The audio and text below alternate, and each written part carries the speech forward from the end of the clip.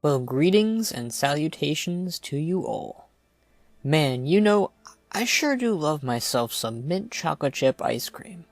I know a lot of people love vanilla, but man, oh man, do I love me some mint chocolate chip. But you know, I think I am in the mood for something new. Something different, but captures the flavor of something I've had before, but just in more quantities. I think I know exactly what I want. We cannot dream any longer. The time has come to call on allies willing to join the fight, to rally beneath the banners of a world at war. Me, oh man, oh my, wow. Just, wow. This gives me just about everything I asked for in my video. Development on older characters, faction war, subrace, although they're called allied races, and faction campaigns, though not race campaigns, vastly similar it seems. Everything I was hoping for, or honestly asking for, was delivered. And man, am I one happy person. Not only that, but my speculation on the subraces was on point. Though I have Redshirt Guy to thank for the High Mountain and Nightborn, but they would have been on there regardless, really. I was right about the Zandalari making it in, though as our allied race, it made so much more sense to me. I also briefly mentioned how orcs could get straight backs like Thrall, but I assumed it wouldn't happen. But we're getting it, and hopefully it won't look completely like Thrall, but more like Varrock's own new model, as I don't want to look too lean after all. Honestly, I am just so happy that I was right, and I hope that Mok'Nathal or ogres are a possibility for the future of allied races. But all of this aside, let's talk about the lore and story that we know thus far on the battle for Azeroth, and see what we can speculate on. So, after the war on Argus, after the wound that Sargeras stabs right into Silithus, that creates a multitude of problems for the denizens of Azeroth. Sargeras is imprisoned with Illidan as his jailer, and the heroes of the Alliance and the Horde return home to each of their factions, after a sound victory against the Burning Legion. Now, this information is taken from what we could gather from the Christine Golden's new novel, Before the Storm, which we will get more of in May of this next year. In Silithus, there are goblins active in the desert. My guess is that they are collecting from the stab wound itself, either the sword of Sargeras or the blood of Azeroth that is seeping out. They are later signaled to take care of the Alliance, supposedly, who are also in the desert of Silithus. Sylvanas is still the warchief of the Horde, and in her absence of acting as warchief for the Horde, there is a group called the Desolate Council, who serves as a new form of leadership of the Forsaken. People who go against Sylvanas' agenda. We know little on who this group is, but they give me a poor taste in my mouth. I personally think they might be Dreadlords. I know that's a meme, but I do think it's a possibility at this point, especially after Legion kind of just finished all of that story up in a bottle, you know?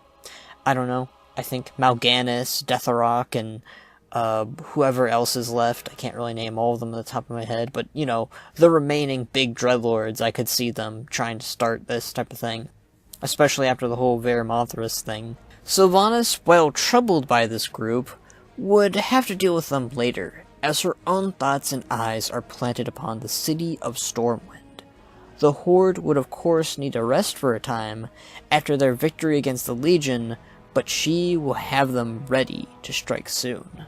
Now, this is all that we have on the book right now. However, BlizzCon has supplied us with information that occurs either during this book or right afterwards. I'm going to assume right afterwards, it makes more sense. Now, the Alliance and the Horde, they're still bitter towards one another, even after all this time of off and on again, on teaming up against the greater threat. The Alliance has bared witness to the countless things the Horde has done to their people and their home. They lost their king on the Broken Shore because the Horde retreated. I mean, we needed to retreat, but they're still going to blame us for it.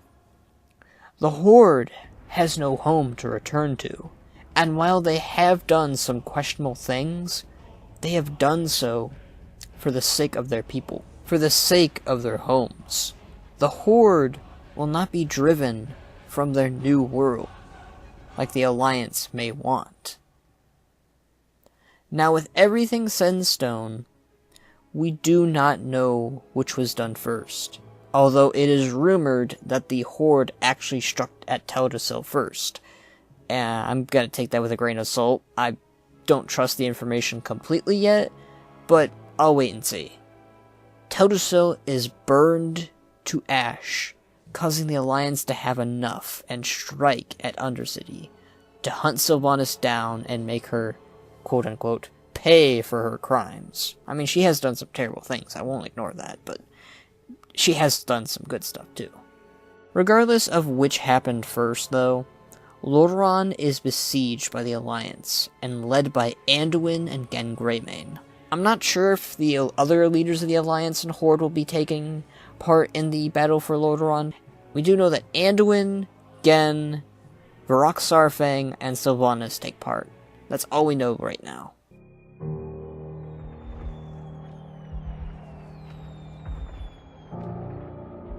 Ours is a cycle of hatred. Alliances forged and broken. We have paid the price for sharing this world.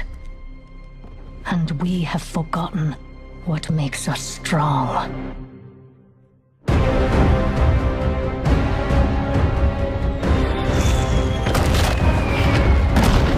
Close ranks! Advance has won!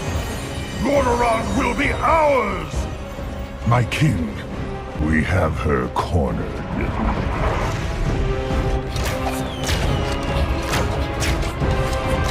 Keep firing!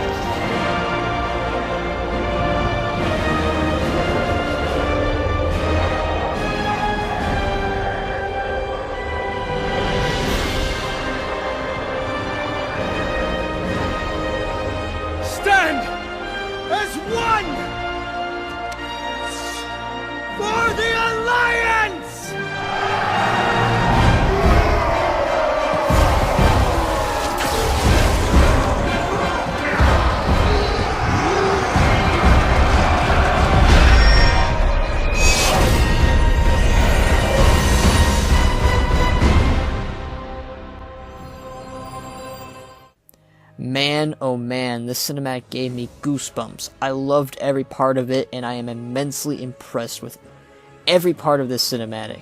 Every cinematic that Blizzard does is amazingly well done, and I give them so much props.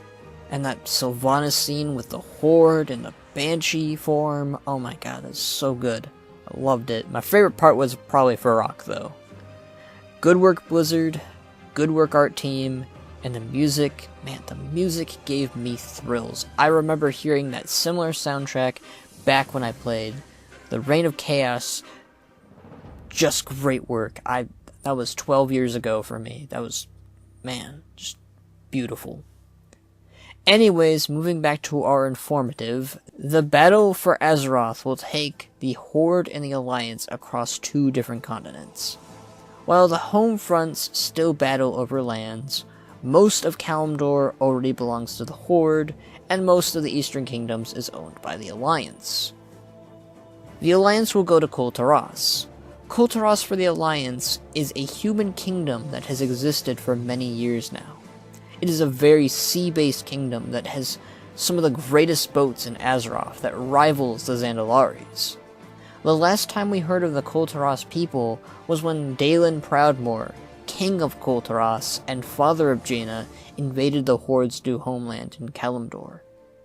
Ultimately, the Horde killed Dalen Proudmoore and drove the Kul Tiras people mostly out of their lands. It's over. Stand down, humans. Father, why wouldn't you listen? Above all else, Jaina, he was a proud warrior.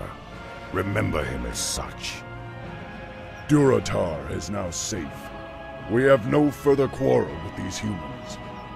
We will leave your isle in peace, Jaina.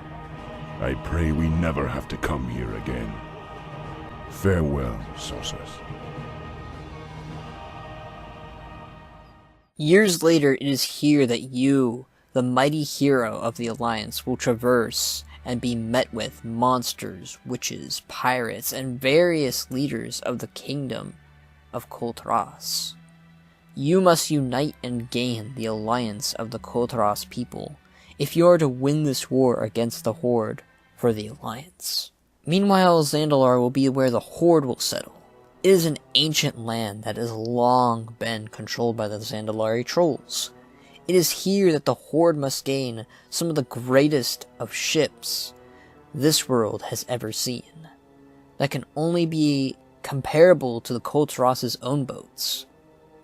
The last time we heard from the Zandalari was when Prophet Zul took his Zandalari people to capture Pandaria as a new home to call their own. They even managed to resurrect Lei Shen, who was king of the Mogu, but ultimately both the Zandalari and the Mogu failed to take Pandaria. It should be noted that King Rastakhan, leader of the Zandalari, is still alive on their sinking land, though Prophet Zul took an abundance of his army. I wonder if we're going to see Prophet Zul. Curious.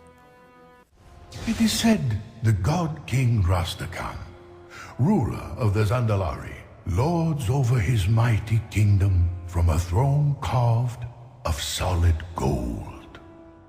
Years ago, as he sat upon this opulent seat of power, he was visited by the dark prophet Zul. Zul warned King Rastakhan of a terrible cataclysm, for Zul had seen a vision of the great armored dragon clenching the world in his ferocious jaws. King Rastakhan did nothing. Months later, Zul returned, bearing more grim news from his visions. He saw a legion of serpents pouring forth from a gaping fissure that tore open the floor of the ocean.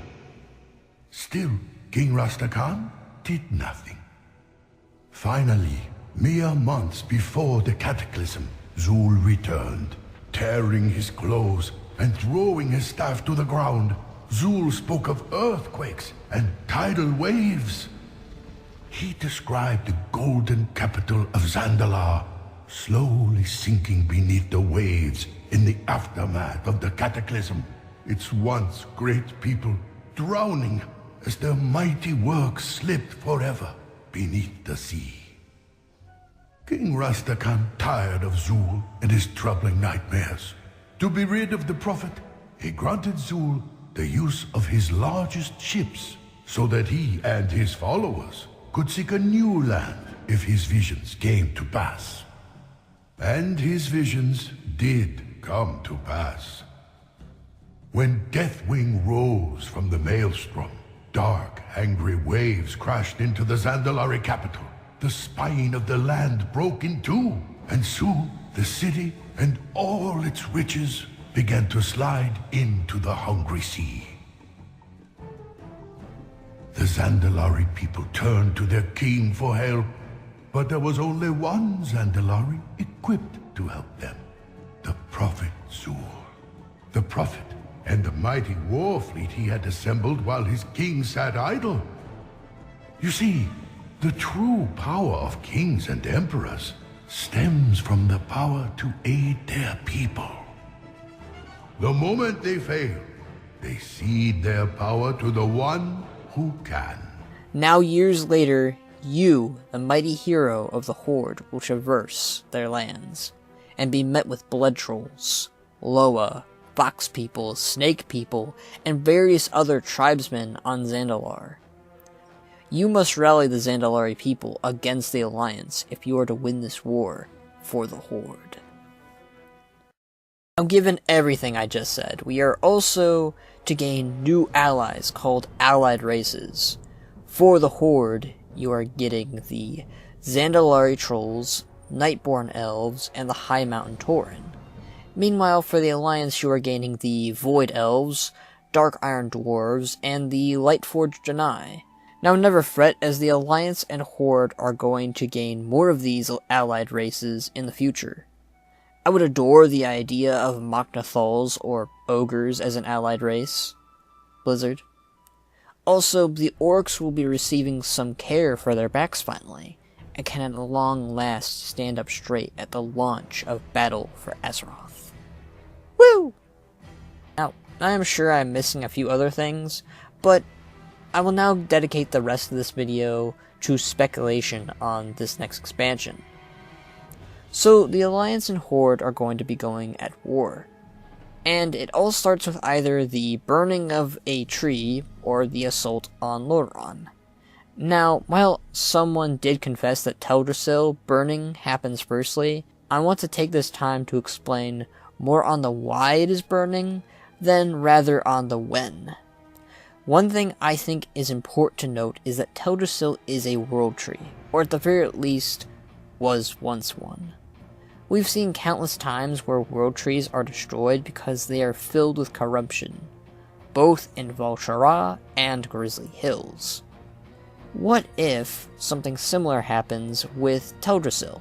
Would the Horde just be doing the Kaldari a favor by burning it? I don't know.